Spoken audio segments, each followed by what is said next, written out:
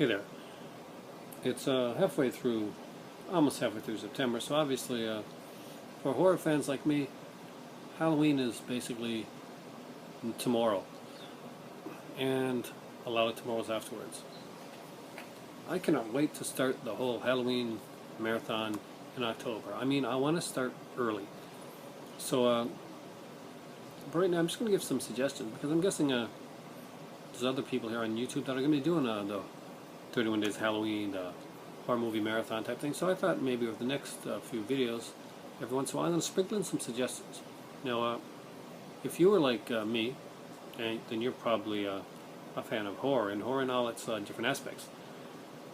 And I probably grew up watching the Universal monsters. Frankenstein, Wolfman, The Mummy, The Invisible Man, and of course, good old Gilman himself, Creature from the Black Lagoon. So when they finally came out on Blu-ray, I was stoked to see the Coffin box set, and utterly surprised when I actually got it for Christmas, since it had sold out pretty fast. I got a pretty awesome better half there. It was a shocker, no lie. Now, for a lot of people, that would mean let's junk the old stuff. And I'm sure there were some poor misguided fools that thought, I'm getting the Blu-ray set. I guess I can get rid of these. Let's talk about these. I think there's anybody that actually did that, that actually said, I'm going to sell these on eBay now because I'm getting the Blu-ray set. Now the Blu-ray set is awesome. The quality in it is incredible, and getting to see Creature from the Black Lagoon the way it's supposed to be in 3D for the first time was really amazing. I got to watch it with my dad. It was a bonding experience. Does that mean that I get rid of the legacy sets? Let's think about that for a second. On the Blu-ray, we get all the classic films on Blu-ray. We got Creature from the Black Lagoon, Dracula, Frankenstein, Bride of Frankenstein, Invisible Man, Phantom of the Opera. Not the classic version, but still a decent version of Phantom of the Opera. And some other stuff. What's the difference between that and these cool little sets here? Well, the features are pretty much the same. The features are pretty much done on the main thing of the set anyway. But yeah, I know a few people that actually got rid of these once they got the Blu-ray, not realizing that this isn't just about the Dracula film, or the Frankenstein film, or the Wolfman film, or the Mummy film, or the Invisible Man film. No, each of the set in the Legacy collection, well, it's Legacy for a reason, because basically it has every film that deals with that character. So it's not just the Invisible Man on this set, it's the Invisible Man, Invisible Man Returns, the Invisible Woman, Invisible Agent, and the Invisible Man's Revenge. So, quality depends on what you like with sequels and stuff like that. But when you're coming to things like The Mummy, and yes, they do tend to repeat themselves, so I actually found some of these sequels to The Mummy better than the actual original Mummy itself. The Mummy's Hand, for instance, was one of my favorites. And if you watch the Hammer version, Curse of the Mummy? Not sure. I'm going to look Curse Frankenstein. No, actually I think it was just the Mummy of that one. Yeah, they just did the Mummy. The Mummy's Curse was in the 1944 film. But anyway, the Hammer version of the Mummy is not so much the Mummy as it is the Mummy's Hand and the Mummy's Tomb. And the other Hammer Mummy films pretty much decided to go with the sequels because they were kind of faster moving. And that's where these legacy sets come in. They give you the secondary movies that sometimes are more entertaining than the original movies that you've probably seen over and over ad nauseum on TV. Because TCM is going to play The Mummy, it's going to play Dracula, and sometimes it's going to play some of the other stuff, but not all the time. And it's good to have these in your collection. The Wolfman collection, of course, there was not a lot of Wolfman movies, so we had to come up with something. So it was Werewolf of London, which of course has Warner Oland, who original Charlie Chan. Frankenstein meets the Wolfman. Awesome. Freddy versus Jason just wishes it was that good. This is a movie where they took out a major plot point of the film, and it was still awesome. Which was that, hey, Frankenstein's kind of blind, but they forget to tell anybody in the movie. So him going around like this makes absolutely no sense until you find out years later reading Famous Monsters of Filmland magazine. Yeah, they cut out all those lines. And She-Wolf of London, which is a film. Now this is the coolest.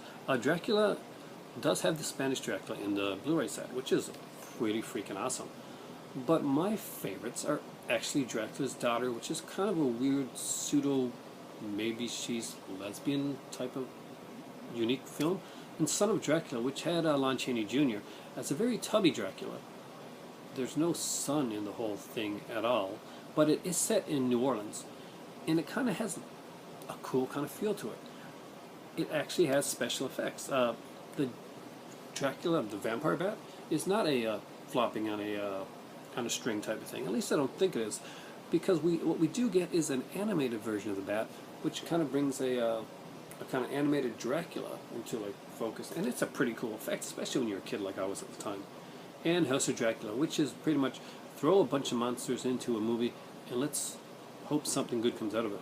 And you know, for me it did, because it was just really cool to see all the monsters in one movie together, even if they didn't look exactly like they did.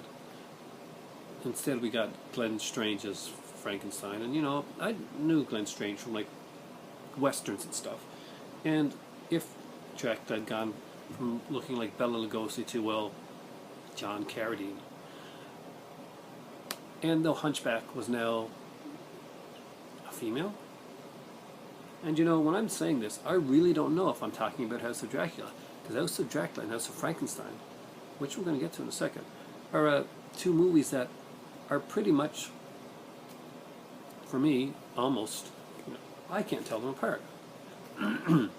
I would have to go on here and look. I would go on Wikipedia and find out, because even though I like them, I watch them together usually, and it's one big monster blur.